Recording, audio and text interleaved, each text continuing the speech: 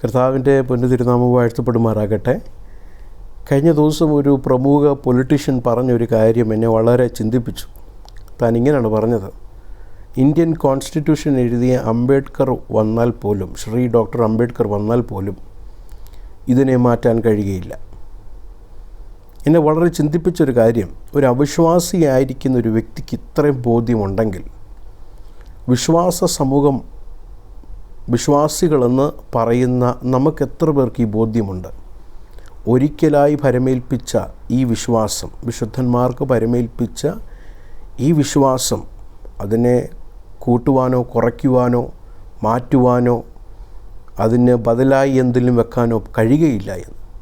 നമ്മുടെ കരങ്ങളിൽ ഭരമേൽപ്പിച്ച തിരുവചനത്തെ കൂട്ടുവാനോ കുറയ്ക്കുവാനോ കഴിയുകയില്ല. അതിൻ്റെ ആധികാരികത, അതിൻ്റെ പര്യാപ്തത, എത്ര പേരത് വിശ്വസിക്കുന്നു, എത്ര പേർക്ക് അത് ബോധ്യമുണ്ട് എന്നെനിക്ക് സംശയമാണ്.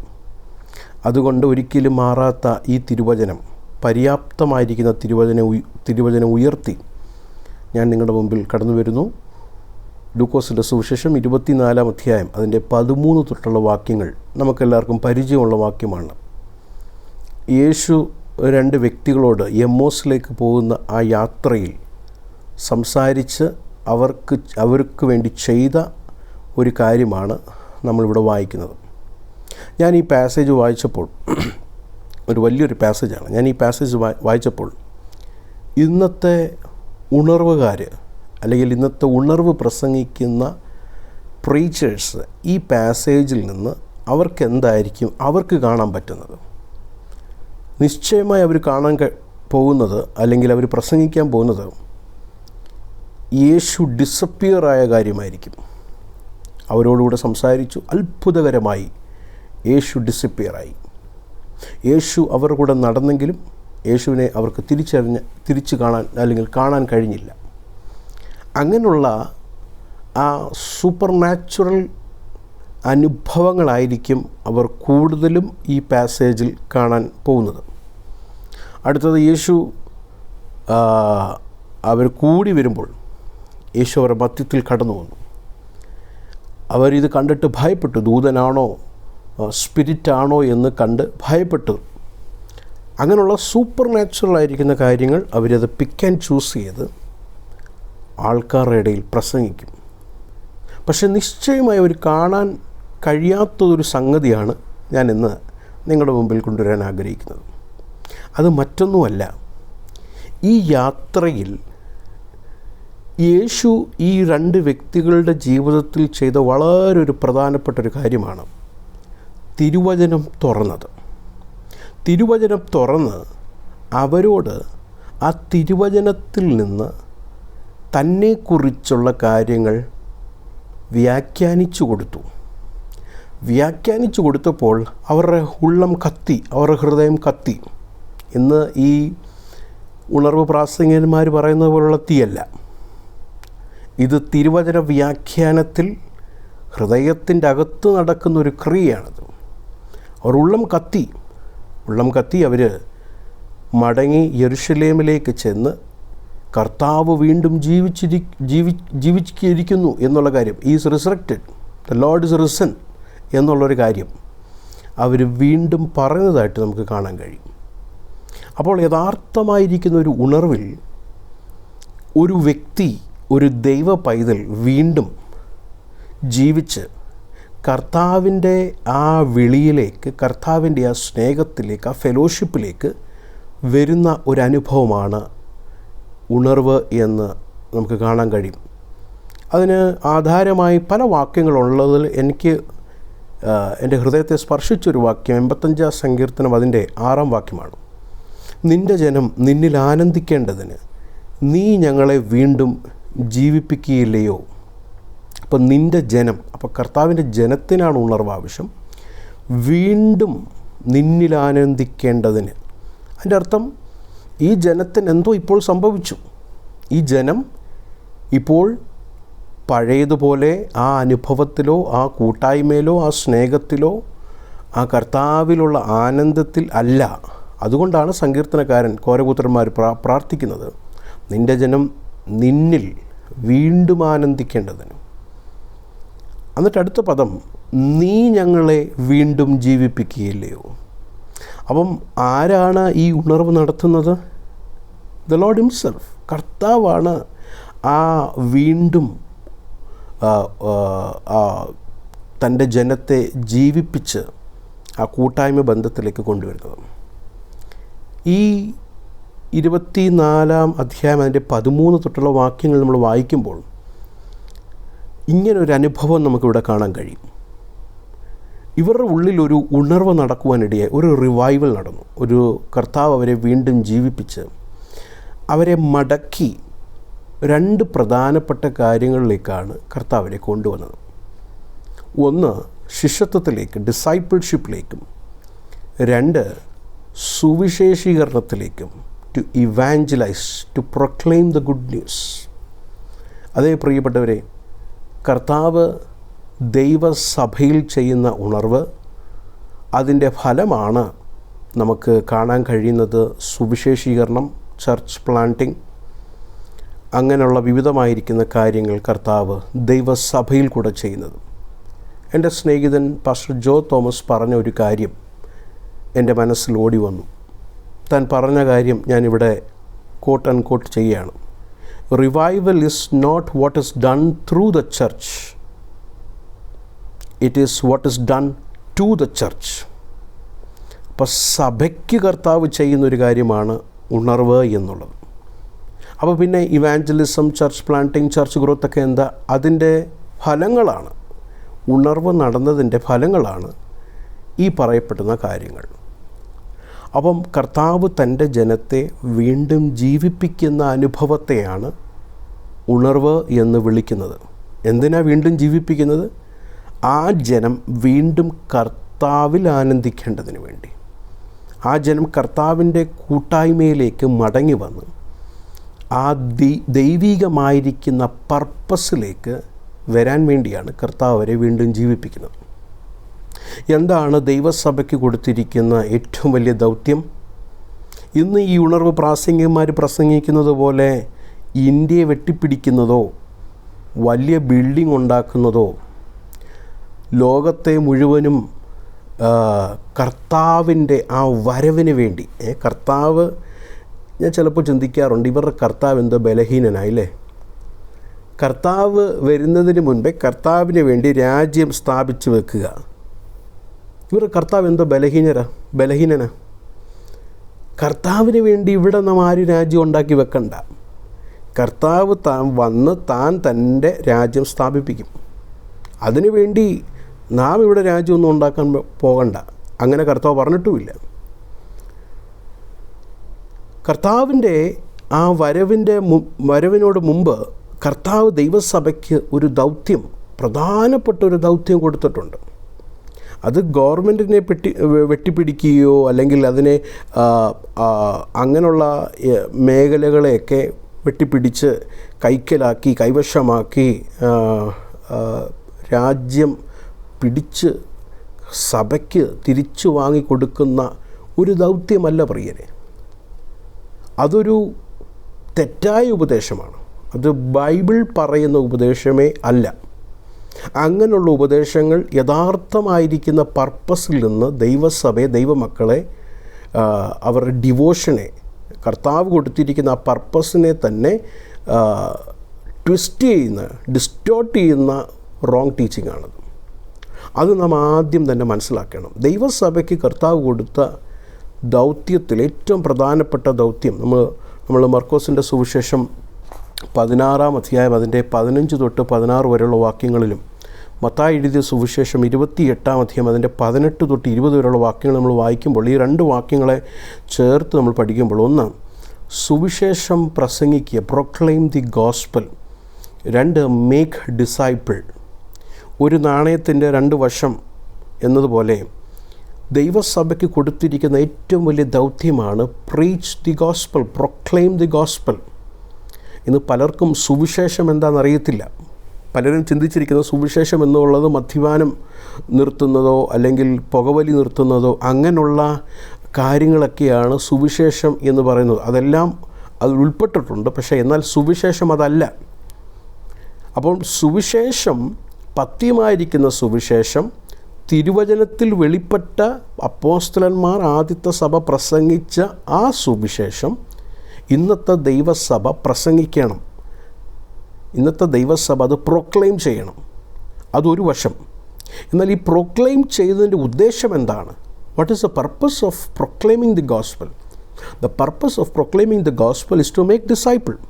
സുവിശേഷം പ്രസംഗിക്കുന്നത് തന്നെ ശിഷ്യന്മാരെ വാർത്തെടുക്കാൻ വേണ്ടിയാണ്. അപ്പോൾ മേക്ക് ഡിസൈപ്പിൾ എന്നുള്ള മറ്റൊരു വശം ഇതിൽ കർത്താവ് ആ കൽപ്പന, ദ ഗ്രേറ്റ് കമ്മീഷൻ, മഹാനിയോഗമായി ദൈവസഭയ്ക്ക് കൊടുത്ത ഏറ്റവും വലിയ ദൗത്യമാണ്. അപ്പം ഈ ദൗത്യത്തിലേക്ക് ദൈവസഭ പിന്മാറിപ്പോകുകയോ ഈ ദൈവസഭ ഉറങ്ങിപ്പോവുകയോ ചെയ്യുമ്പോൾ ദൈവം അവരെ വീണ്ടും റിവൈവ് ചെയ്ത് ഉണർത്തി ഈ ദൗത്യത്തിലേക്ക്, ഈ പർപ്പസിലേക്ക് കൊണ്ടുവരുന്നതാണ് യഥാർത്ഥമായ ഉണർവ്. അപ്പോൾ ഈ ഉണർവിൽ നടക്കുന്നത് ആ ദൈവസഭയോടുള്ള ബന്ധത്തിൽ ദൈവത്തിൻ്റെ പർപ്പസസിനെ ദൈവസഭ ചെയ്യാൻ തുടങ്ങുന്നു. അവർ കർത്താവിലേക്ക്, ഒന്നാമത്തെ കാര്യം ദൈവവുമായിട്ടുള്ള ബന്ധത്തിലേക്ക് മടങ്ങി വരുന്നു. അവർ ഉറങ്ങിപ്പോയി, അവർ പിന്മാറിപ്പോയി, അവർ പിന്മാറ്റ അവസ്ഥയിലാണ് എന്നുള്ള പാപബോധം അവർക്കുള്ളിലുണ്ടാകുന്നു. അങ്ങനെ ദൈവസന്നിധിയിലേക്ക് മടങ്ങി വന്ന് കർത്താവ് അവർക്ക് കൊടുത്ത ആ ദൗത്യം, കർത്താവിൽ മടങ്ങി വന്ന് കർത്താവ് അവർക്ക് കൊടുത്ത ദൗത്യം ചെയ്യാൻ തുടങ്ങുന്നു. അപ്പം അങ്ങനൊരു ഉണർവ്, അങ്ങനൊരു ട്രൂ റിവൈവൽ ദൈവസഭകളിൽ നടക്കട്ടെ എന്ന് ഞാൻ പ്രാർത്ഥിക്കുന്നു. തിരുവചന പ്രകാരമുള്ള റിവൈവൽ നടക്കട്ടെ. അപ്പോൾ ഈ പാസേജ്, ഈ ലൂക്കോസിൻ്റെ സുവിശേഷം 24-ാം അധ്യായം 13 തൊട്ടുള്ള വാക്യങ്ങൾ നമ്മൾ വായിക്കുമ്പോൾ ഞാൻ പറഞ്ഞല്ലോ, ഉണർവുകാർ ഈ പാസേജിൽ എടുക്കുമ്പോൾ അതിൽ വളരെ പിക്ക് ആൻഡ് ചൂസ് ചെയ്യും. അതിനകത്തുള്ള സൂപ്പർ നാച്ചുറൽ കാര്യങ്ങളെ പിക്ക് ആൻഡ് ചൂസ് ചെയ്യും. കർത്താവ് അപ്രത്യക്ഷനായതും പിന്നെ കർത്താവ് വീണ്ടും പ്രത്യക്ഷനായതും അവരുടെ കൂടെ നടന്നിട്ട് അവർക്ക് മനസ്സിലാകാതിരുന്നതും ഇങ്ങനെയൊക്കെയുള്ള കാര്യങ്ങളൊക്കെ എടുത്ത് വളരെ ആവേശത്തോടെ പ്രസംഗിച്ച് ആൾക്കാരെ ഒന്ന് ഇളക്കി. ആൾക്കാരും ഇങ്ങനെയുള്ള സൂപ്പർ നാച്ചുറൽ കാര്യങ്ങളൊക്കെ കേൾക്കാൻ വളരെ രസകരമാണ്. ഞാൻ ചിലപ്പോൾ ചിന്തിക്കാറുണ്ട്, എൻ്റെയൊക്കെ ഒരു പ്രസംഗം ഒരു അരമണിക്കൂർ കേൾക്കുമ്പോഴേ ആൾക്കാർക്ക് അത്ര നേരം ഇരിക്കത്തില്ല. പക്ഷേ ഇങ്ങനെയൊക്കെയുള്ള സൂപ്പർ നാച്ചുറൽ കാര്യങ്ങളൊക്കെ നാം ഇങ്ങനെ ഘോര പറഞ്ഞുകൊണ്ടിരുന്നു. എന്നെ 8 മണിക്കൂറല്ല 16 മണിക്കൂർ വേണമെങ്കിലും ആൾക്കാർ ഇരുന്ന് തരും.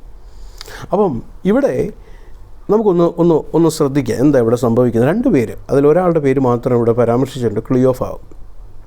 2 പേര് യെരുശലേമിൽ നിന്ന്, അവിടെ ഇംഗ്ലീഷിൽ and behold 2 of them were going that very day to village named Emmaus, which was about 7 miles from Jerusalem. അതിൽ 2 പേര് യെരുശലേമിൽ നിന്ന് എമ്മോസിലേക്ക് പോകുന്ന ആ ഒരു യാത്രയാണ്. അതിൽ ഒരാളുടെ പേര് പറഞ്ഞിട്ടുണ്ട്, മറ്റേ പേര് പറഞ്ഞിട്ടില്ല. ഇവരെക്കുറിച്ച് നമ്മളൊന്ന് പഠിക്കുമ്പോൾ, ഈ പാസേജിൽ നിന്ന് തന്നെ പഠിക്കുമ്പോൾ നമുക്ക് മനസ്സിലാകുന്നൊരു കാര്യം, ഇവർ കർത്താവിൻ്റെ ശിഷ്യന്മാരാകാനായിരുന്നു സാധ്യത. കർത്താവിൻ്റെ ഡിസൈപ്പിൾ ഗ്രൂപ്പിലുള്ളവരാണ് ഇവർ. ചില വാക്യങ്ങൾ നമ്മളൊന്ന് ശ്രദ്ധിച്ചാൽ നമുക്ക് മനസ്സിലാക്കാൻ കഴിയും. അതിൻ്റെ 17-ാം വാക്യം വായിക്കുമ്പോൾ, as he said to them what are these words that you are exchanging with one another as you are walking. അപ്പോൾ ഇവർ യാത്രയിൽ പോകുമ്പോൾ അവരെന്തോ സംസാരിക്കുകയാണ്. എന്താണ് ഇവർ സംസാരിക്കുന്നത്? അതിൻ്റെ 18-19 വാക്യങ്ങളൊക്കെ വായിക്കുമ്പോൾ ആ അടുത്ത ദിവസം നടന്ന ഒരു കാര്യത്തെക്കുറിച്ചാണ് അവർ ഡിസ്കസ് ചെയ്ത് ഡിബേറ്റ് ചെയ്ത് നടന്നു പോകുന്നത്. അപ്പം അന്ന് നടന്ന ഒരു പ്രധാനപ്പെട്ട കാര്യം അവർക്കൊരു പ്രധാനപ്പെട്ടൊരു കാര്യമായിരുന്നു. അവർ സംസാരിച്ചുകൊണ്ട് പോകുന്നതിൻ്റെ അർത്ഥം തന്നെ it was important for them. എന്താണ് അവർ അവർ സംസാരിച്ചത്? 19-ാമത്തെ വാക്യം, and he said to them what things and they said to him the things about Jesus the Nazareth, who was a prophet mighty indeed and word in the sight of God and all people. അപ്പം ജീസസിനെ കുറിച്ചാണ്, ജീസസിന് സംഭവിച്ച കാര്യത്തെക്കുറിച്ചാണ് അവർ സംസാരിച്ചുകൊണ്ട് പോയത്. അപ്പോൾ തന്നെ അവിടെ പറയുന്നൊരു കാര്യം, ജീസസ് ആരാണെന്നും ജീസസ് എന്താ ചെയ്തതെന്നുള്ള കാര്യവും ജീസസിന് എന്താ സംഭവിച്ചെന്നുള്ള കാര്യം കൃത്യമായി അറിയാവുന്ന 2 പേര്. അടുത്തത് 22-23 വാക്യം നമ്മൾ വായിക്കുമ്പോൾ അവിടെ അവർ പറയുന്നത്, but also some woman among us amazed us. അപ്പം അവരുടെ കൂട്ടത്തിലുണ്ടായിരുന്ന ചില സ്ത്രീകൾ അവരെ അത്ഭുതപ്പെടുത്തി. അവരുടെ കൂട്ടത്തിലുണ്ടായിരുന്ന സ്ത്രീകൾ നമുക്കറിയാം ആരാണ്. കല്ലറയിൽ കടന്നുപോയ സഹോദരിമാർ ആരായിരുന്നു നമുക്കറിയാം. എന്നിട്ട് 24-ാമത്തെ വാക്യം അടുത്ത് നമുക്ക് കാണാൻ കഴിയുന്നത്, some of those who were with us went to the tomb and found it exactly as the woman also has said. അപ്പം ഞങ്ങളുടെ കൂടെ ഉണ്ടായിരുന്ന ചിലർ കല്ലറയിൽ ചെന്നു, ഇത് കണ്ടിട്ട് ഞങ്ങളോട് ഈ വാർത്ത പറഞ്ഞു എന്ന് കാണാൻ കഴിയും. അപ്പം ശിഷ്യന്മാരെ നല്ലതുപോലെ അറിയാവുന്ന, ശിഷ്യന്മാരുടെ കൂട്ടത്തിലുള്ള, കർത്താവ് ചെയ്ത കാര്യങ്ങളെ അറിയാവുന്ന 2 പേരാണ്. ഇനി നമ്മൾ മുമ്പോട്ട് വരുമ്പോൾ 31-ാമത്തെ വാക്യം 31 വേഴ്സസ് അവിടെ വായിക്കുന്നത്, then their eyes were opened and they recognized him and he vanished from their sight. അപ്പോൾ they recognized him. കർത്താവ് അവരുടെ കണ്ണിനെ തുറന്നപ്പോൾ അവർക്ക് കർത്താവിനെ അവർ തിരിച്ചറിഞ്ഞു. അപ്പോൾ they recognized, അപ്പോൾ കർത്താവിനെ അറിയാവുന്നവരായിരുന്നു അവർ. 33-ാമത്തെ വാക്യം അടുത്തത്, and they got up that very hour and returned to Jerusalem and found gathered together the 11 and those who were with them. അപ്പോൾ 11 പേരെയും അറിയാം, കർത്താവിനെയും അറിയാം, ശിഷ്യന്മാരുടെ കൂട്ടത്തിലുള്ളവരാണ് എന്നുള്ള കാര്യമാണ് ഇവിടെ നമുക്ക് ബോധ്യമാകുന്നത്. ഒരു 34-ാമത്തെ വാക്യത്തിൽ അവർ പറയുന്നൊരു കാര്യം ശ്രദ്ധിച്ചോ, saying the Lord has really risen. കർത്താവിനെ അവർ ലോർഡ്, ടീച്ചർ, കർത്താവ്, ലോർഡ് എന്നൊക്കെ അവർ വിളിക്കുകയാണ്. അപ്പോൾ കർത്താവിനെ നല്ലതുപോലെ അറിയാവുന്ന 2 പേരാണ് ഇവിടെ നമുക്ക് കാണാൻ കഴിയുന്നത്. ശിഷ്യന്മാരെയും പ്രത്യേകിച്ച് 11 പേരെയും നല്ലതുപോലെ അടുത്തറിയാവുന്ന, അവരെവിടെ ആയിരുന്നു എന്ന് അവർക്കറിയാം. അവർ അടുക്കലേക്ക് ചെന്നിട്ട് അവരോട് ഈ വാർത്ത അവർ പറയുന്നതായിട്ട് നമുക്ക് കാണാൻ കഴിയും. ഈ കർത്താവ് വീണ്ടും അപ്പിയർ ചെയ്തപ്പോൾ 36-ാം വാക്യം നമ്മൾ താഴോട്ട് വായിക്കുമ്പോൾ, കർത്താവ് വീണ്ടും അവരുടെ മധ്യത്തിൽ അപ്പിയർ ചെയ്തപ്പോൾ ഈ 2 പേരും അവിടെ ഉണ്ട്. കാരണം 36-ാമത്തെ വാക്യം നമുക്ക് ഒന്ന് നോക്കിയേ, അവിടെ ഇങ്ങനെ എഴുതിയിരിക്കുന്നു, while they were talking these things. അവരിത് സംസാരിക്കുമ്പോൾ തന്നെ he himself stood in their midst. അപ്പോൾ ഈ 2 പേര് ഇത് സംസാരിക്കുമ്പോൾ തന്നെ കർത്താവ് അവർക്ക് പ്രത്യക്ഷമായി. അപ്പം പിന്നെ ഉള്ള കാര്യങ്ങളിൽ കർത്താവ് പറഞ്ഞ കാര്യങ്ങളെല്ലാം ഈ 2 പേരും ഉണ്ട് എന്ന് നമുക്ക് കാണാൻ കഴിയും. 44-ാമത്തെ വാക്യം 44, now he said to them. അപ്പം 11 ശിഷ്യന്മാരും ഉണ്ട്, വേറെ എത്ര പേരുണ്ടെന്ന് നമുക്കറിയത്തില്ല. പക്ഷേ ഈ 2 പേരും അവിടെ ഉണ്ട് എന്ന് നമുക്ക് ഈ വാക്യങ്ങളുടെ അടിസ്ഥാനത്തിൽ നമുക്ക് മനസ്സിലാക്കാൻ കഴിയും. 11 ശിഷ്യന്മാരുടെ കൂടെ ഇവരും ഉണ്ട്. ബാക്കി എത്ര പേരുണ്ടെന്ന് നമുക്കറിയത്തില്ല. എന്നാൽ ഈ 2 പേര് നിശ്ചയമായി ഉണ്ട് നമുക്ക് മനസ്സിലാക്കാൻ കഴിയും. അന്നേരം 44-ാമത്തെ വാക്യം പറയുന്ന കണ്ടോ, now he said to them, these are my words which I spoke to you while I was still with you.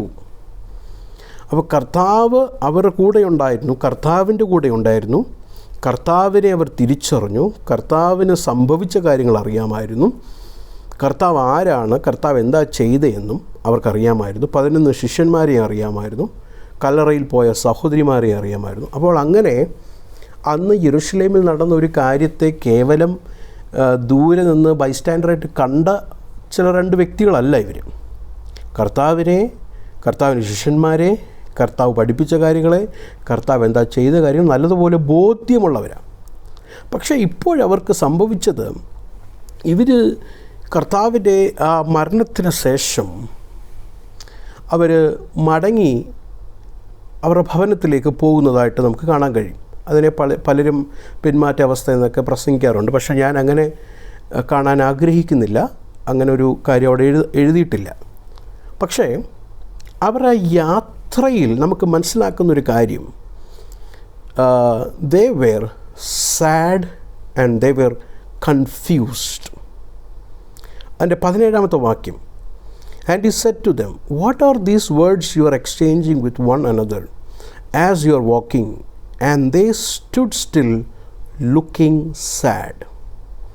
അപ്പോൾ കർത്താവിന് സംഭവിച്ച കാര്യം അവരെ വളരെ വേദന കൊണ്ടുവന്നു. അതുകൊണ്ടായിരിക്കണം പലരും എമ്മോസിലേക്ക് അവർ പോയത് ഒരു ബാക്ക് സ്ലൈഡാണ്, അല്ലെങ്കിൽ പിന്മാറ്റ അവസ്ഥയെന്ന് പലരും ചിന്തിക്കാറുണ്ട്. ഞാനതിനെ ഖണ്ഡിക്കുന്നില്ല. പക്ഷേ ഇവരുടെ ആ ദുഃഖം, അവരുടെ ഉള്ളിൽ വരുന്ന സാഡ് എന്താണ് അതിൻ്റെ കാരണം? Why they are sad. കാരണം 21 വാക്യം നമ്മൾ വായിക്കുമ്പോൾ, but we were hoping that it was he who was going to redeem Israel. Indeed, beside all this, it is the third day since these things happened. അപ്പോൾ അവർ പ്രതീക്ഷിച്ചിരുന്നത് ഈ കർത്താവ്, ഈ prophet, ഈ is going to redeem Israel. ആ കാര്യം, ആ പ്രതീക്ഷ മങ്ങിപ്പോയി. അപ്പോൾ ഒരു പക്ഷേ ഞാനിങ്ങനെ ചിന്തിക്കട്ടെ, അങ്ങനെ ആ പ്രതീക്ഷ മങ്ങിപ്പോയപ്പോൾ ഇനി എന്തിനാ ഈ പ്രോഫിറ്റിൻ്റെ, ഈ കർത്താവിൻ്റെ ശിഷ്യനായി ഞാൻ ഇനി മുമ്പോട്ട് ജീവിക്കേണ്ടത് എന്നൊരു കാര്യം അവർ ചിന്തിച്ച് കാണും. കാരണം അവർ sad, they are looking sad, they are sad. അവർ പ്രതീക്ഷിച്ച കാര്യങ്ങൾ, അവർ ആശ വച്ച കാര്യങ്ങളൊന്നും നടന്നില്ല. അപ്പോൾ ഇങ്ങനെ കൺഫ്യൂസ്ഡ് ആയിരിക്കുന്ന, ദുഃഖമുള്ളിൽ നിറഞ്ഞ് ശിഷ്യത്വം ഇനി വേണോ വേണ്ട എന്നുള്ള ഒരു കൺഫ്യൂഷനിലേക്ക് പോകുന്ന ഈ വ്യക്തികളുടെ കൂടെ യേശു നടന്നിട്ട് അവരെ വീണ്ടും റിവൈവ് ചെയ്യുന്നതായിട്ട് നമുക്ക് കാണാൻ കഴിയും. കർത്താവ് അവരെ റിവൈവ് ചെയ്യുന്നതിന് മുൻപ് കർത്താവ് ചെയ്യുന്ന ഒരു പ്രധാനപ്പെട്ട ഒരു ശുശ്രൂഷയുണ്ട് പ്രിയരെ. അത് നമ്മൾ ശ്രദ്ധിക്കണം. 25 വാക്യം നമ്മൾ വായിക്കുമ്പം ഇവരുടെ കാര്യങ്ങളെല്ലാം കർത്താവ് ഇങ്ങനെ കേട്ട് അതിന് ശേഷം 25 വാക്യം, he said to them, o foolish men and slow of heart to believe in all that the prophets have spoken. ഇതൊരു റിബ്യൂക്കാണ്, ഇതൊരു കറക്ഷനാണ്. ഒരു ഉണർവ് നടക്കുമ്പോൾ ആ ഉണർവിൽ ഒരു കറക്ഷൻ ഉണ്ടാകും, ഒരു റിബ്യൂക്ക് ഉണ്ടാകും. നമ്മുടെ തെറ്റിനെ ചൂണ്ടിക്കാണിക്കുന്നൊരനുഭവം ഉണ്ടാകും, നമ്മുടെ പാപത്തെ ചൂണ്ടിക്കാണിക്കുന്ന അനുഭവം ഉണ്ടാകും. നമ്മുടെ ഹൃദയത്തിൻ്റെ ഉള്ളിൽ വസിക്കുന്ന ആ പാപത്തെ എക്സ്പോസ് ചെയ്യുന്ന ഒരു അനുഭവം ഉണ്ടാകും. പഴയ നിയമം നമ്മൾ പഠിക്കുമ്പോഴെല്ലാം പ്രവാചകന്മാരെ അയച്ചത് തന്നെ ജനത്തിൻ്റെ ഇടയിലുള്ള പാപത്തെ വെളിച്ചത്തിൽ കൊണ്ടുവന്ന് യഥാസ്ഥാനപ്പെടുത്താനാണ്. കള്ളപ്രവാചകൻ നേരെ ഓപ്പോസിറ്റാണ് ചെയ്തത്. ജനത്തിൻ്റെ പാപത്തെ മറച്ചു വെച്ചു, മതിലുകളിൽ പ്ലാസ്റ്റർ പെയിൻറ്റ് ചെയ്ത്, ഒരു വൈറ്റ് പെയിൻറ്റ് ചെയ്തിട്ട് അങ്ങ് വിട്ടു. അതിൻ്റെ ഇടയ്ക്ക് പണി ചെയ്യുകയോ അതിനെ അല്പം കൂടെ ബലം ഉള്ളതാക്കുക ഒന്നും ചെയ്തില്ല.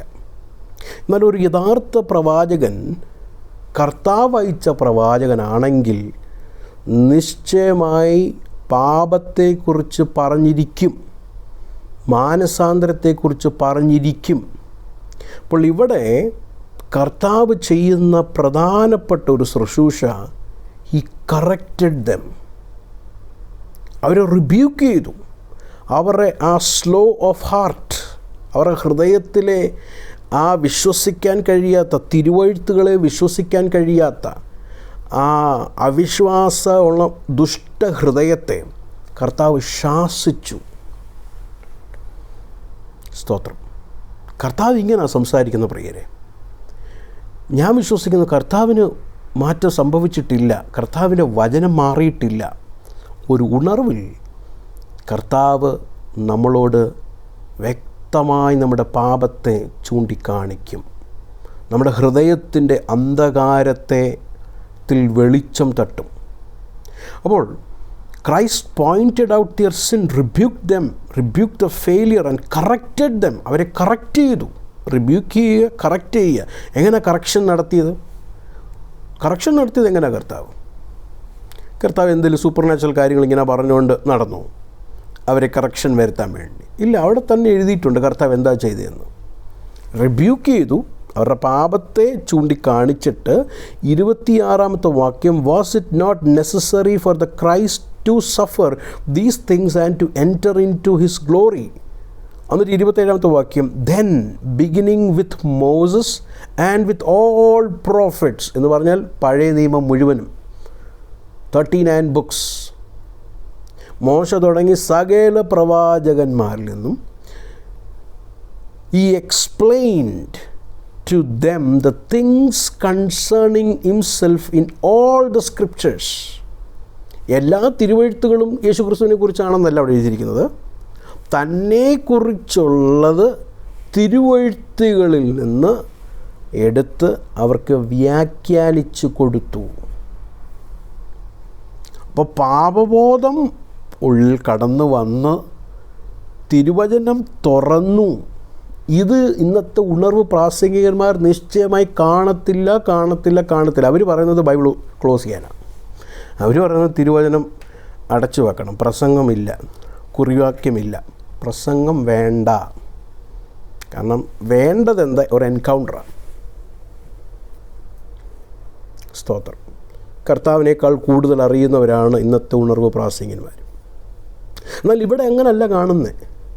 കറക്ഷൻ നടത്തി, റിബ്യൂക്ക് നടത്തിയതിന് ശേഷം കർത്താവ് വളരെ ശക്തമായി അവരോട് തിരുവെഴുത്തുകളെ തുറന്ന്, ഈ ഓപ്പൺഡ് സ്ക്രിപ്റ്റേഴ്സ്, അങ്ങനെയാണ് ഇവർ പിന്നെ പറയുന്നത്. 32-ാമത്തെ വാക്യത്തിൽ അവർ പറയുന്നത്, he was speaking to us on the road while he was explaining the scriptures to us. കർത്താവ് അവരോട് സംസാരിച്ചു കൊണ്ട് നടക്കുക. എന്തോ സംസാരിക്കുന്നത്? ഇന്നത്തെ ഉണർവ് പ്രാസംഗികന്മാർ പറയുന്ന കാര്യങ്ങൾ വല്ലതും ആണോ? ഞാൻ അവിടെ ചെന്നപ്പോൾ ഞാൻ വെള്ളത്തിൻ്റെ മീതെ നടന്നു, അതെല്ലാം ഉള്ള കാര്യമാണ് കേട്ടോ പ്രിയരെ. ഞാൻ മരുരൂപ മലയിൽ ചെന്നപ്പോൾ എൻ്റെ വസ്ത്രം ഇതായിപ്പോയി, പിന്നെ എല്ലാവരും എന്നെ കയറി കെട്ടിപ്പിടിച്ചു. ഇങ്ങനെയുള്ള സൂപ്പർ നാച്ചുറൽ കാര്യങ്ങളൊന്നുമല്ല പറഞ്ഞത്. അവിടെ എഴുതിക്കുന്നത്, when he was speaking, what he was speaking? He was speaking from the scriptures. He was speaking the word of God. തിരുവചനത്തെ വ്യാഖ്യാനിക്കുകയായിരുന്നു താൻ സംസാരിക്കുമ്പോൾ. അല്ലാത്തുള്ള സംസാരം കേൾക്കാൻ ആൾക്കാർ 8 മണിക്കൂറല്ല, 32 ദിവസമല്ല, 1 വർഷം വരെ ഇരുന്ന് തരും. പക്ഷെ തിരുവചനത്തെ വ്യാഖ്യാനിക്കുമ്പോൾ, തിരുവചനത്തെ വ്യാഖ്യാനിച്ച് പ്രസംഗിക്കുമ്പോൾ അതിൽ സന്തോഷം കൊണ്ട്, അതിൽ കറക്ഷൻ ഏറ്റെടുത്ത് ദൈവത്തിൽ ആനന്ദിക്കുന്ന എത്ര പേരുണ്ട്. അവിടെ തന്നെ മനസ്സിലാകും ദൈവ പൈതലല്ലാത്തവരാരാണെന്ന്. അപ്പോൾ കർത്താവ് ഇവരോട് സംസാരിക്കുന്നത് ഇന്ന് കേൾക്കുന്ന കാര്യങ്ങളൊന്നുമല്ല. കർത്താവ് അവരോട് വചനത്തെ തുറന്ന്, ഈ ഓപ്പൺഡ് ദ സ്ക്രിപ്റ്റേഴ്സ്.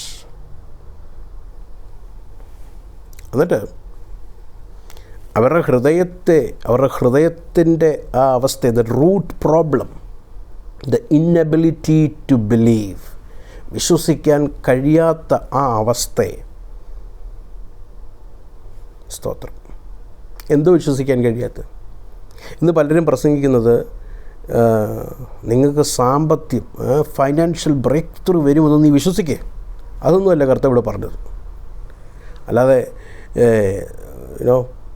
നല്ലൊരു ഗ്രേറ്റ് ബിൽഡിങ്, ചർച്ച് ബിൽഡിങ് നീ പണിയും, അത് നീ വിശ്വസിക്കുക. നീ ഒത്തിരി കർത്താവിന് ഒത്തിരി ഫേവർ നിനക്ക് കിട്ടും, നീ അത് വിശ്വസിക്കുക. ആ വിശ്വാസത്തെക്കുറിച്ചല്ല. സ്തോത്രം. എന്ത് വിശ്വാസം? ജീസസിനെ കുറിച്ച് എഴുതിയിരിക്കുന്ന കാര്യം വിശ്വസിക്കാത്തത്, അതാണ് ആ ഫെയ്ത്ത്. അല്ലാതെ ഇവിടെ ഫൈനാൻഷ്യൽ ബ്രേക്ക് ത്രൂ ഉണ്ടാകുന്നതോ, പിന്നെ വലിയ ചർച്ച് ബിൽഡിംഗ് ഉണ്ടാകുന്നതോ, നമ്മൾ വലിയ ആളാകുന്നതോ, ഇതൊന്നുമല്ല കർത്താവ് ഇവിടെ വിശ്വാസത്തോട് കണക്ട് ചെയ്തിരിക്കും. കർത്താവ് പറയുന്നത്, you have a slow of heart, you do not believe what the prophet is saying about. Prophets are saying about me, എന്നെക്കുറിച്ച്, about me, not about you, not about anybody. നമ്മളെ ആരെക്കുറിച്ചല്ല, നമ്മുടെ എന്തെങ്കിലും വിഷയങ്ങളെ ബന്ധപ്പെട്ടല്ല, കർത്താവിനെ കുറിച്ചുള്ള കാര്യത്തിൽ വിശ്വസിക്കാത്ത മന്ദബുദ്ധികളെ, ഫൂളിഷ്. സ്തോത്രം. അടുത്തത്, കർത്താവ് തിരുവചനത്തെ തുറക്കുക മാത്രമല്ല ചെയ്തത്.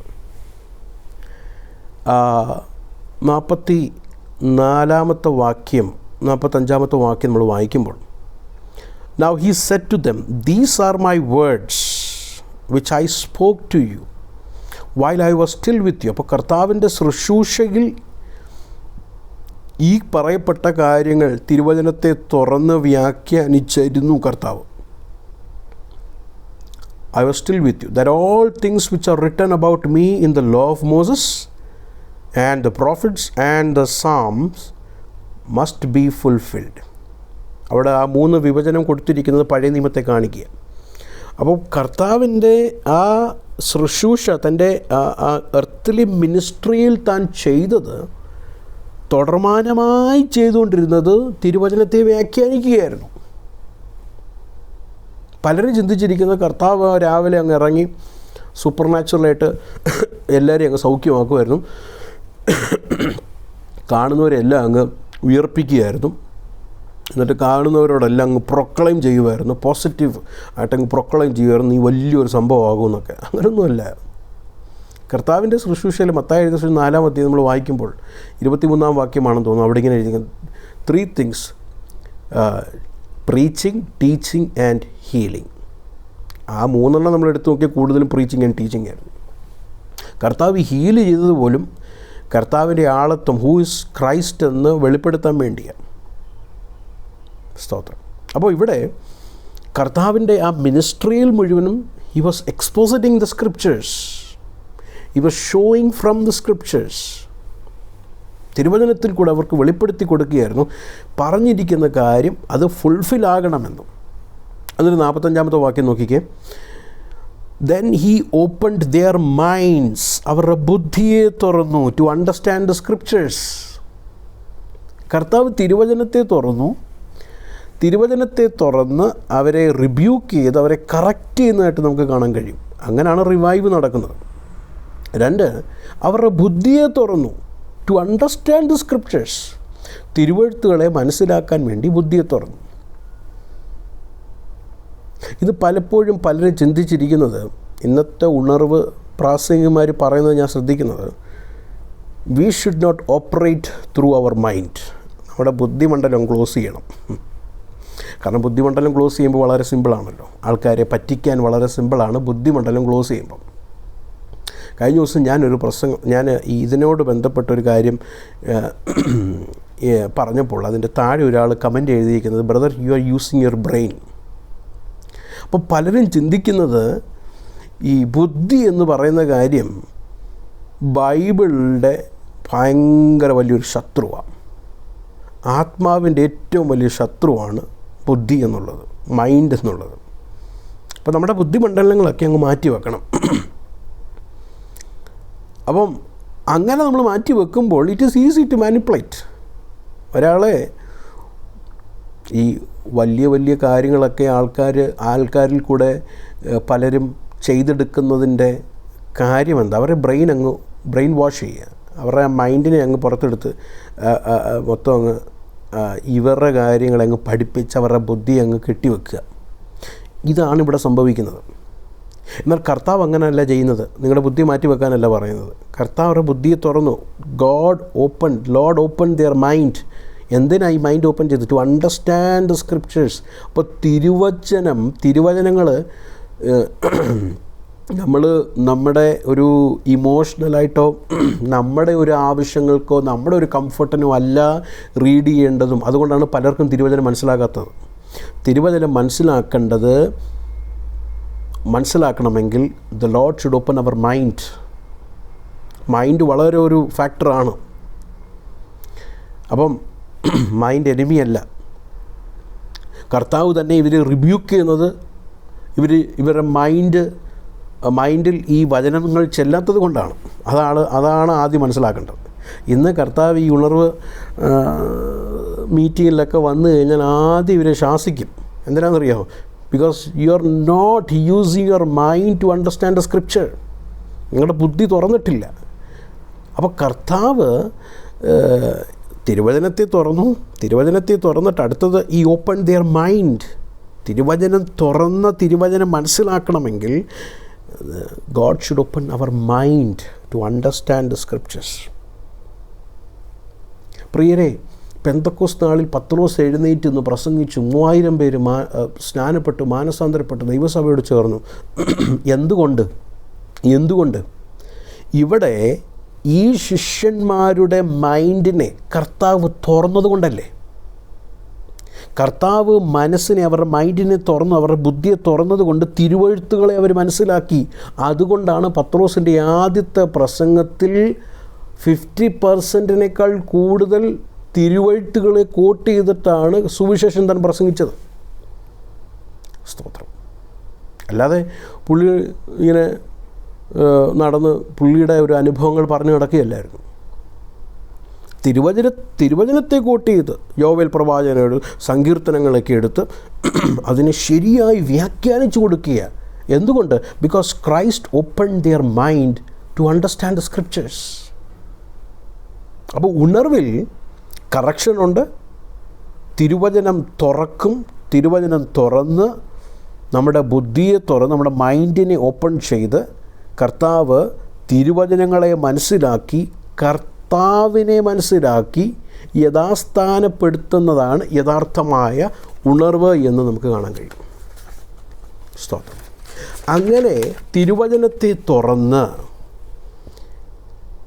ബൈബിൾ ക്ലോസ് ചെയ്യാൻ പറയുന്നതെല്ലാം ഒരു തട്ടിപ്പാണ്. പ്രീച്ചിങ് വേണ്ട എന്ന് പറയുന്ന ഒരു തട്ടിപ്പാണ്. തിരുവചനത്തെ തുറന്ന് കറക്ഷൻ നടത്തി അവരുടെ മൈൻഡിനെ, Christ open their mind to understand the scriptures. ഇങ്ങനെ സംഭവിച്ചപ്പോൾ എന്താണ് ഈ ശിഷ്യന്മാർക്ക് സംഭവിച്ചത്? അതിൻ്റെ 31-ാമത്തെ വാക്യം, 24-ാം അധ്യായം 31-ാമത്തെ വാക്യത്തിൽ ഇങ്ങനെ എഴുതിയിരിക്കുന്നു: Then their eyes were opened. അവരുടെ കണ്ണ് തുറന്നു.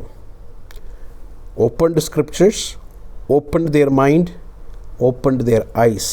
അവരുടെ കണ്ണ് തുറന്നു. And they recognised him. കർത്താവിനെ അവർ തിരിച്ചറിഞ്ഞു. 32-ാമത്തെ വാക്യം: Then said to one another, Were not our hearts burning within us while he was speaking to us on the road, while he was explaining the scriptures to us? അവരുടെ ഉള്ളം കത്തിക്കൊണ്ടിരിക്കുകയായിരുന്നു. എന്തുകൊണ്ടാണ് യേശു ഇങ്ങനെ ഭാവിച്ചു?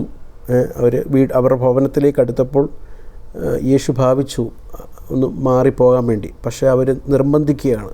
ജീസസിനോട് പറയുകയാണ്, please stay with us. Why? അവർ ഉള്ളം കത്തി. തിരുവചനം കേട്ടപ്പോൾ ഉള്ളം കത്തി. എന്നിട്ട് 33-ാമത്തെ വാക്യം നോക്കിക്കേ. And they got up that very hour. ആ നിമിഷത്തിൽ തന്നെ, അടുത്ത ആഴ്ച പോകാമെന്നല്ല, അടുത്ത മാസം പോകാമെന്നല്ല, that very hour. They got up that very hour and returned to Jerusalem and found gathered together the 11 and those who were with them, saying, The Lord has really risen. കണ്ടോ? എന്താ അതിന് കാരണം? കർത്താവ് അവരുടെ ഹൃദയത്തിൻ്റെ ഉള്ളിൽ ഉണർവ് കൊണ്ടുവന്നത് കൊണ്ടാണ്. അതിൻ്റെ ഫലമാണ് proclamation of the gospel, proclaiming that Jesus is alive. ഇവിടെ എന്താ സംഭവിക്കുന്നത് പ്രിയരെ? 2 കാര്യം. ശിഷ്യന്മാരായിരുന്നവർ ഒരു പക്ഷേ യേശുവിൻ്റെ ശിഷ്യത്വത്തിൽ നിന്ന്, യേശുവിൻ്റെ ഇനി ശിഷ്യനായിട്ട് എന്താ ഇനി കാര്യം, ഞങ്ങൾ പ്രതീക്ഷിച്ചിരുന്നത് താൻ ഇസ്രായേലിനെ യഥാസ്ഥാനപ്പെടുത്തുന്നതാണ്, ഈ വിൽ റിഡീം ഇസ്രായേൽ. പക്ഷെ അതില്ല, നടന്നില്ല, 3 ദിവസമായി മരിച്ചു എന്ന് പ്രതീക്ഷിച്ചിരുന്ന് ശിഷ്യനിനി ആയിട്ട് കാര്യമില്ല എന്ന് പറഞ്ഞവരെ മടക്കി ക്രിസ്തു ശിഷ്യന്മാർ ആക്കുക, മടക്കി ആ ശിഷ്യത്വ പാതയിലേക്ക് കടന്നു വരിക. നമ്പർ 1. അങ്ങനെ കടന്നു വന്ന് രണ്ടാമത് നടക്കുന്നത്, they went back and started proclaiming the risen Christ. ഉയർത്തപ്പെട്ട ക്രിസ്തുവിനെ പ്രൊക്ലെയിം ചെയ്യുക. പ്രിയരെ, ദൈവസഭയ്ക്ക് കൊടുത്ത ഏറ്റവും വലിയ ദൗത്യം ഇതുതന്നെയാണ്. സുവിശേഷം പ്രസംഗിക്കുക, to proclaim the good news. 2, to make disciple. കർത്താവിൻ്റെ ശിഷ്യന്മാർ ആ കർത്താവിൻ്റെ സ്വഭാവത്തോട് അനുരൂപരാകാതെ പിന്മാറ്റ അവസ്ഥയിലേക്ക്, ഉറങ്ങിപ്പോകുന്ന അവസ്ഥയിലേക്ക് പോകുമ്പോൾ പരിശുദ്ധാത്മാവ് അവർ ഉള്ളിൽ തിരുവചനത്തിൽ കൂടെ ഉണർവുകളെ കൊണ്ടുവരും. എന്തിനാ? ആ കർത്താവിൻ്റെ ഉദ്ദേശം ക്രിസ്തു കേന്ദ്രിതമായിരിക്കുന്ന ക്രിസ്തു സ്വഭാവത്തോട് നാം അനുരൂപരായി തീരാൻ വേണ്ടി കർത്താവ് നമ്മളെ മടക്കി റിവൈവ് ചെയ്യും. Through the scriptures. തിരുവചനത്തിൽ കൂടെ അല്ലാതെ ഒരു ഉണർവും ഉണർവല്ലേ അല്ല. തിരുവചന വ്യാഖ്യാനമില്ലാത്ത ഒരു ഉണർവേ അല്ല.